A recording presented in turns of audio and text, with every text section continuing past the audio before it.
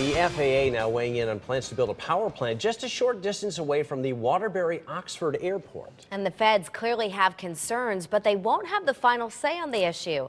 So today, local pilots and lawmakers came out strongly against that proposal for safety reasons.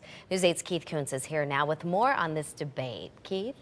And Darren, thank you. This debate all centers around the possibility that an 805 megawatt natural gas power plant could someday be constructed on a hill just east of that airport.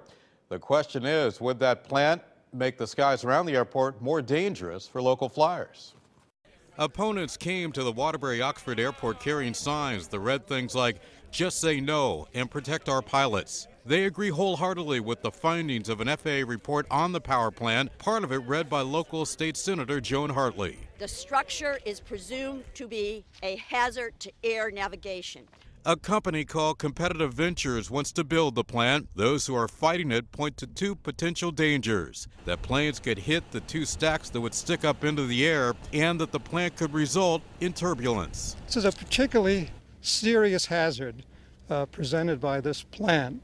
Veteran pilot Vince Calillo has flown in and out of Waterbury-Oxford for more than 2 decades. He says the plant would be especially dangerous for student pilots. These plumes, incidentally, at times can be invisible. You would be totally surprised by this uncommanded roll or bank of the airplane.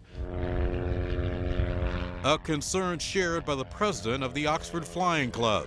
If it is built and another student pilot comes from another place, there's a very possible situation where he's going to get into an unusual attitude and not be able to recover.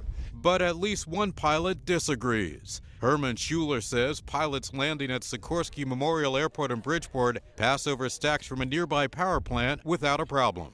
The turbulence over that is insignificant, absolutely insignificant. All right, not even as bad as a hot summer day.